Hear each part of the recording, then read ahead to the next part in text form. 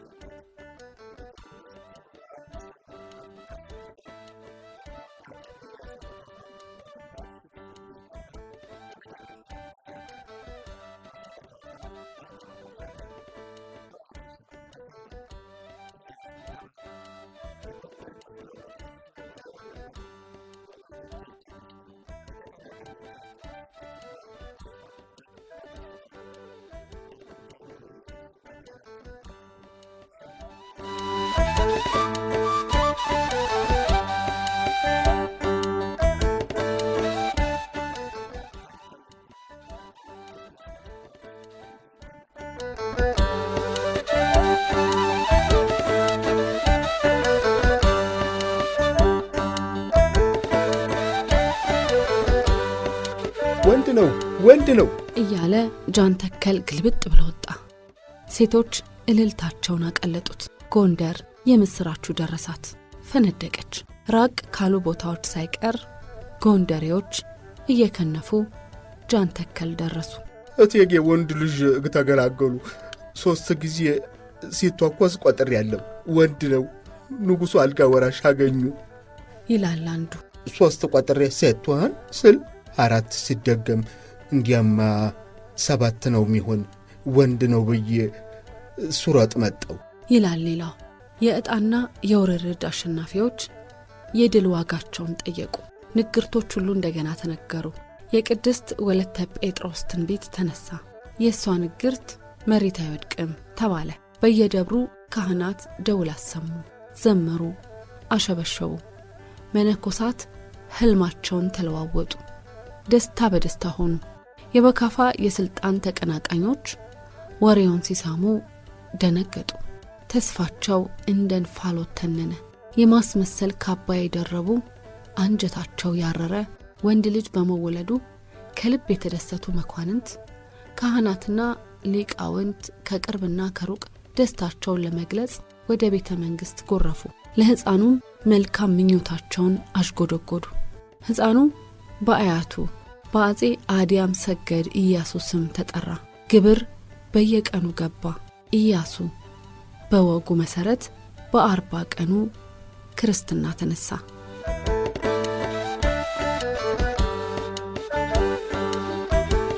ኢያሱ ከተወለደ በኋላ የመጀመሪያው መስቀል ነው። ለአጼ በካፋ ዓመታዊ ሰራዊት ግባት ከፍተኛ ዝግጅት እየተደረገ ነው። እንደ ጎጃምና ትግራይ ካሉ ራቅ ካሉ ግዛቶች የሚመጡ አስተዳዳሪ መኳንንት ክረምቱ ሳይገባ ግንቦት ወር ላይ እያንዳንዳቸው ሰራዊታቸውን ይዘው ጎንደር ሲገቡ፣ እንደ ሰሜንና ቤገምድር ካሉ ቅርብ ቦታዎች የሚመጡት ደግሞ አዲስ ዓመትን ቤታቸው ውለው ሰራዊታቸውን ይዘው ጎንደር ገብተዋል። ቤተ መንግሥት ዙሪያ ለየግላቸውና ይዘውት ለመጡት ሰራዊት ድንኳን ተተክሎላቸው እዚያው አርፈዋል። ምንትዋብና አያቷ ስለ ሰራዊት ግባቱ አስፈላጊነት ሲነጋገሩ አያትየው ነገስታቱ ይሄን ባህል የሚያደርጉት አንድም እንግዲህ ወታደራዊ ጉልበታቸውን ለማሳየት ብለው ሲጀምሩ አቋረጠቻቸው። ለማን ነው የሚያሳዩት? ለሁሉ። እሱ ብቻ ማደል የመኳንንቱን ታማኝነት ለማረጋገጥም ሲሉ ነው። ሌላ ደግሞ ደንብ ሲያወጡ ወይም አዋጅ ሲነግሩ መኳንንቱ በየግዛታቸው ያንን ደንብና አዋጅ በተመሳሳይ መንገድ እንዲያስከብሩ ጭምር ነው። ሌላው ደግሞ መቼም ንጉሱ መኳንንቱ እንዳያመጹባቸው ተቀይመዋቸው ከሆነ ደግሞ ለማረጋጋትና ሰላም ለመፍጠር በጋብቻ የሚተሳሰሩበትም ጊዜ ነው። በዚህ ጊዜ አንድ የተቀየመ መኮንን አሞኛል ብሎ ሊቀር ይችላል። እናም ይሄ ጊዜ ጃንሆይ አለ ነገር ሚሉበት ብዙ ነገር የሚያውቁበትና ሚስተካከል ካለም ተሎ ብለው የሚያስተካክሉበትም ጊዜ ነው አሏት። የበዓሉ ዕለት ምንትዋብ ከአጼ በካፋ ጎን ድባብ ተይዞላት አደባባይ ወጣች። ስርዓቱን ለማየት እጅግ ጓጉታለች። ከንጉሠ ነገሥቱ ጎን ተቀመጠች። ጎንደሬዎችም ይህን ታላቅ በዓል ለመታደም ስራቸውን ነቅለው ወጥተዋል። ፎካሪዎች በየተራ እየወጡ ወደ ላይ ወደ ታች እያሉ ፎከሩ፣ ሸለሉ። ንጉሠ ነገሥቱን አወደሱ፣ አመሰገኑ። ሽለላውና ፎከራው ሲቆም በአጋፋሪ መሪነት ታላቁ ሰልፍ ተጀመረ። ባለነፍጡ እንዲሁም ባለጦሩ ጋሻውን አንግቦ ወጣ። የበግ ለምዱን ትከሻው ላይ ጣል አድርጎ ጸጉሩን አጎፍሮ በታላቅ ስነ ስርዓትና ኩራት ጉልበቱንና ታማኝነቱን እያሳየ በንጉሠ ነገሥቱ፣ በመሳፍንቱ፣ በመኳንንቱና በሕዝቡ ፊት ተመመ። ሴቱ በእልልታ ወንዱ በሆታ ተቀበላቸው፣ አከበራቸው፣ ተማመነባቸው፣ አድናቆቱን ገለጸላቸው። ምንትዋብ ከየቦታው በወጣው ጦር ብዛትና ስርዓት ተደነቀች። ንጉሠ ነገሥቱም የተሰማቸውን ደስታና ኩራት አስተዋለች። ከሰልፉ በኋላ በዓሉ ላይ የተገኘው ሁሉ ግብር ለመታደም ወደ ፋሲል ቤተ መንግስት ግቢ ግብር አዳራሽ አመራ።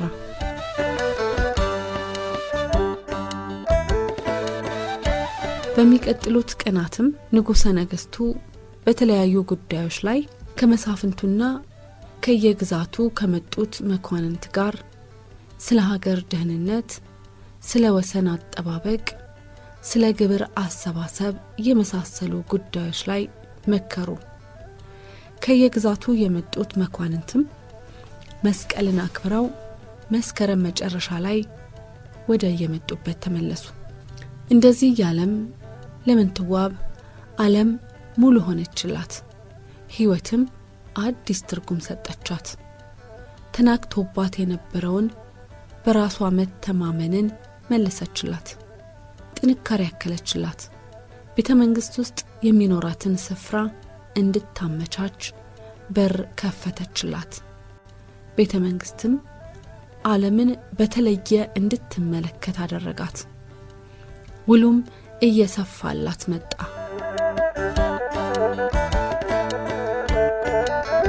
የቤተ መንግስት ሕይወት በወግ የታጠረ የሀገር ጉዳይ የሚመከርበትና የሚወሰንበት፣ ጥሩም ክፉም የሚታለምበት፣ ሃይማኖታዊ ሆነ ሌላ ወገናዊነት ጎልቶ የሚወጣበት፣ ለመሾም ለመሸለም ፉክክርና ሽኩቻ የበዛበት፣ በተለይም ደግሞ የቤተ መንግስቱ አንዱ ክፍል የሆነው መሰሪ የተባለው ድብቅ ቦታ ንጉሠ ነገሥቱ ከመሳፍንቱና ከመኳንንቱ ጋር እንደ ጦርነት ያለ ከፍተኛ የሀገር ጉዳይ የሚመክሩበት፣ ሴራ የሚሸረበበትና የሚፈታበት፣ ውሳኔ የሚሰጥበትና ሹምሽር የሚካሄድበት ቦታ መሆኑን አበጥራ አወቀች። የቤተ መንግስት ወግና ውስብስብነት እንደ በፊቱ ግራ ማጋባቱን ተወ። ኢያሱን ከወለደች በኋላ የቤተ መንግስት ብቻ ሳይሆን የሀገር ጉዳይ ላይ መወያየትና ማን መሾም ማን ደግሞ መሻር እንዳለበት ሐሳብ መስጠት ጀመረች። ንጉሠ ነገሥቱም ቢሆኑ በአስተዋይነቷ ተመኩ። የሰዎችን ባህሪ ጠንቅቃ ማወቅ በመቻሏ ተደነቁ። ማታ ማታ መኝታ ቤት ከመግባታቸው በፊት ማምሻ ክፍል ውስጥ ተቀምጠው ከሷ ጋር መወያየት የሚያስደስታቸው ነገር ሆኖ አገኙት። አንድ ምሽት ላይ እዛው ማምሻ ክፍል ውስጥ ተቀምጠው ሲያወጉ ጃነ ሆይ እንዳየሁት ጠላቶች አሉ አለቻቸው። ብዙ ናቸው ከማለት ተቆጥባ ንግስና ማለት ይኸው አይደል? ጠላት ማፍራት ይኸው ነው። አንዱን ሹሜ ሌላውን ስሽር የተሻሩ ያኮርፋል፣ ያመጣል። ግብር መገበር ያለበት ሲያዘገይ ወይም አልገበርም ሲል ስትቀጩ ጦር አስከትሎ ይነሳል። ርስት ነጥቆ የያዘውን ነጥቀዋለሁ፣ ይቀየመኛል። ነፍስ አጥፍቶ ይፈረድበትና ይግባኝ ብሎ ይመጣል። ፍትሑ ለሟች ተሆነ የዳኞቹን ፍርድ አጸናበታለሁ። ያኔ ተወላጆቹ ያኮርፉኛል። ስለዚህ ዳኝነት ወይም ንግስ የሚወደዱበትም ሱራም አይደል? አይግረምሽ እናቴዋ። መቼም ኃጢአዲያም ሰገድ ኢያሱ በኋላ ከነበሩት ጊዜያት ጋር ሲታይ አሁን ይሻላል። ቢሆንም አንዳንዶች አይተኙሎትም። አመጠኛውን ሁሌ ከመቅጣት በዘዴ መያዝ ጥሩ ነው። እውነትሽን ነው። እኔም ሳልወድ በግድ ወደ ቅጣት አይደለው መሰል። ዛሬ እኮ በጋብቻ እያስተሳሰርኩ እየሾምኩ እየሸለምኩ መሬትና ጉልት እየሰጠሁ ለማባበል ሞክሬያለሁ። የኔም ዘመዶች እኮ ሊያግዙ ይችላሉ። የሚታየው ሊያና ወንድም ኒቆላውስ የተማረና ብልህ ሰው ነው። በእድሜም ብስል ነው።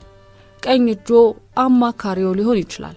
አጎቴ አርከሌድስም የተማረ ብቻ ሳይሆን ደፋርና ታማኝ ነው። ቤተ መንግስቱን ቀጥ አድርጎ ይይዝሎታል። ወንድሜ ወልደ ልዑልም ቢሆን ትምህርት አለው። ለሀገር የሚበቃ ብርቱና አዋቂ ሰው ነው። እሸቴ፣ ነጮ፣ ጌታና አውሳቢዮስም ትምህርት አላቸው። ታዛዥ አገልጋዩ እንጂ ሌላ አይሆኑም። እኒህ ሁሉ አጠገቦ ካሉ አለ ስጋት ሁሉን ማድረግ ይችላሉ። መልካም ብለሻል። እንደማየው ካህናቱም አሁን ውስጡን ሽኩቻ ላይ ናቸው። እንደ ፊቶቹ ነገስታት በአደባባይ ክርክር ቢያደርጉ ያረጋጓቸው ነበር። ቅባቶቹ ክርክሩን ይፈልጉታል ስትል እሷ ወደ ቅባት ስለምታዘነብል አዝማሚያዋ ገባቸው። ክርክሩን ለማድረግ አስቤያለሁ። ብቻ ቅባቶቹን አረጋጋለሁ ስል ሌሎቹን ደግሞ አስቀይማለሁ። ቅባቶቹን አረጋጋ ብዬ አባቴ ያቆዩትን የተዋህዶ ሃይማኖት እንዴት መጉዳት ይቻለኛል? በክርክሩ ቅባቶች ካሸነፉ መቼም በወንድሞ በአጤ ዳዊት ጊዜ አሸንፈውም አልነበር? እሱ ብዙ ታሪክ አለው። ቅባቶች አሸነፉ ብዬ ሃይማኖቴን መቀየር አይቻለኝም። ቢስማሙልኝማ ሰላም አገኝ ነበር። እውነቱን ነው። ዋናው ነገር እኮ ሁሉም እንደ ሃይማኖቱ መሆኑ ነው። ሁሉ እንደሱ ሐሳብ ሆኖ እንጂ እንደሱ ሐሳብማ ክርክር ምን ያረግ ኖሯል? ሁለቱም ዝም ብለው ቆዩና ወደ መኝታ ክፍላቸው ገቡ።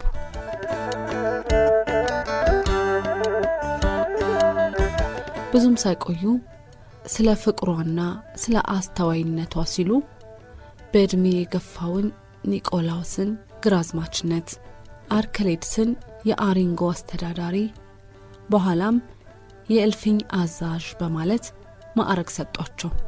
ወልደ ልዑልን እሸቴንና የአጎቶቿን ልጆች የቤተ መንግስት ባለሟሎች አድርገው ሾሟቸው። ምንትዋብ ቋረኞችን ቤተ መንግስት ውስጥ አደላደለች። ከሁሉ በላይ ግን ኢያሱን መንከባከብ ቀዳሚ ተግባሯ ሆነ። ኢያሱ 3ኛ ዓመቱን ሲይዝ ከሌሎች ነጋሲያን ልጆች ጋር ግቢ ውስጥ ጨዋታ ሲጀምር በካፋ ልጄን እንዳይገድሉብኝ ብለው ስጋት ገባቸው። ምንትዋብ እንደ ሌሎች ነጋሲያን ልጆች ዘመድ ጋር ይላክብኛል ብላ ፈራች። ሰንበት ብሎ ኢያሱ አጼ በካፋ ከሌላ የወለዷት እህቱ ውቢት ዘንድ መሄዱ ሲረጋገጥ ጭንቀቷ አጣት። እንደሷ ፈቃድ ቢሆን አጠገቧ አድርጋ አያቷ እሷን በእውቀትና በግብረ ገብ አንጻው እንዳሳደጓት ልጇን ልታስተምር በመልካም ምግባር ልታንጽና በአካል ልትገነባ ፈልጋ ተመኝታና ተዘጋጅታ የነበረው ሁሉ ምን ሆኖ መቅረቱ አሳሰባት። አንድ ምሽት ከራት በኋላ ከንጉሠ ነገሥቱ ጋር ማምሻ ክፍል ውስጥ ወንበሮቻቸው ላይ ቁጭ ብለው ይጫወታሉ። በካፋ ፈገግ አሉና ዛሬ መንገድ ሲሄድ አንዱ ድንጋይ ላይ ተቀምጦ ፀሐይ ይሞቃል፣ እኔ ስመጣ አልተነሳም አሏት። ወሬውን ለመንገር ካላቸው ጉጉት የተነሳ ልቧ ከሳቸው ጋር እንዳልሆነና የወትሮ ፀሐይ የመሰለው ፊቷ ደመና እንደጣለበት አላስተዋሉ። ኒቆላውስ ቆጣ ብሎ አንተ ንጉሥ ሲመጣ ማትነሳ ሲለው ሰውየው ንጉሥ መሆኑን በምን አውቃለሁ? ግንባሩ ላይ የለ። እኔ እዚህ ቁጭ ብዬ ፀሐይ ስሞቅ ያከበርኩት የመሬቱን ሳይሆን የሰማዩን ንጉሥ ነው ብሎ ሲመልስለት ተሳሳቅን ብለው አለመሳቋንና ፊቷ መለዋወጡን ልባሉና ደነገጡ። ምን ነው የኔ ዓለም የከፋሽ ተመስያለሽ፣ ላፍታስ እንኳ እንድትከፍብኝ አልሻም። የተከፋሽበት ነገር አለ አዋይኝ አሏት። ጃንሆይ የኢያሱ ነገር ያሳስበኛል። እርሶ ውቢት ዘንድ ሽሬ መስደድ ይፈልጋሉ። እኔ ደግሞ እዚህ ሆኖ ትምህርቱን እንዲማር ነው ምሻ። የቤተ መንግሥትም ወግ እየተማረ ቢያድግልኝ ነው መመርጥ። ሌት ተቀን የሚያስጨንቀኝ እንቅልፍ የሚነሳኝ ይሄ ነው። ልጄ ሌላ ቦታ ሄዶብኝ ተኝቼ ማደር አይሆንልኝም። የፊቷን መከስከስና የድምጿን መርበትበት አስተውለው ልባቸው ተነካ። የኔ ዓለም ብለው እጇን ሳብ አድርገው እያሻሹ የኔዋ ምን ትዋብ ሐላንቺ መኖር እንደማልችለው ሁሉ ልጄ ተነጥዬ መኖር አይቻለኝም። ወድጄም አይደል ልጄ ኃይኔ ሩቆ እንዲሄድ ምፈልገው። እንደምታውቂው ብዙ ጠላቶች አሉኝ። እኔን ለመበቀል ሲሉ ይገርሉብኛል ብዬ ሰግቼ ነው። ከገደሉት እኮ አንቺን ብትሆኚ ታዝኝብኛለሽ። ባክሽ ተረጂ። ትምህርትም ቢሆን ህዛው ይማራል። ኪዳነ ምሕረት ትርዳኝ፣ ተሎ እንዲበለስ አረጋለሁ ብለው የእሳቸው ጭንቀት ቢጨምርም የእሷን ሊያቃልሉ ሞከሩ። ሊደብቁት ያልቻሉትን መጨነቅ ፊታቸው ላይ አየች። እሷን በማስደሰትና የልጃቸውን ሕይወት ለማዳን በመፈለግ መሃል ልባቸው እንደተከፈለ ተረዳች። አንጀቷ ተላወሰ። የጠየቁትን ሁሉ ይፈጽሙልኛል። ይሄ ኢያሱን አደጋ ላይ የሚጥል ጉዳይ ስለሆነ ልረዳቸው ይገባል አለች ለራሷ። ጭንቀታቸውን ለማቃለልም እውነቱን ነው፣ ልጃችን አደጋ ላይ ሲወድቅ ማየት አልፈልግም፣ ይሄድ ግድ የለም አለቻቸው።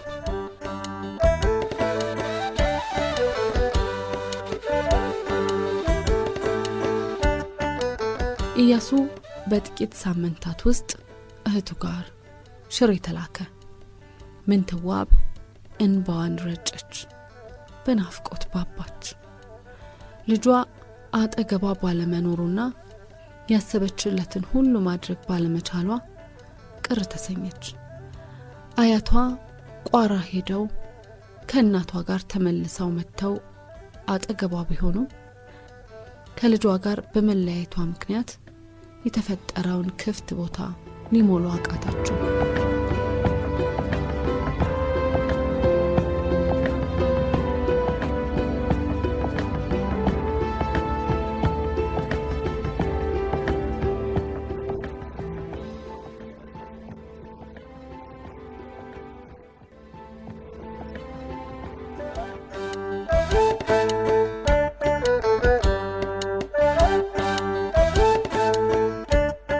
ምንትዋብ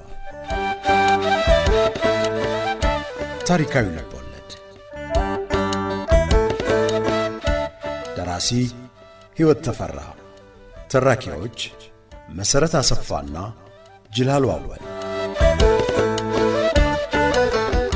ምንትዋብ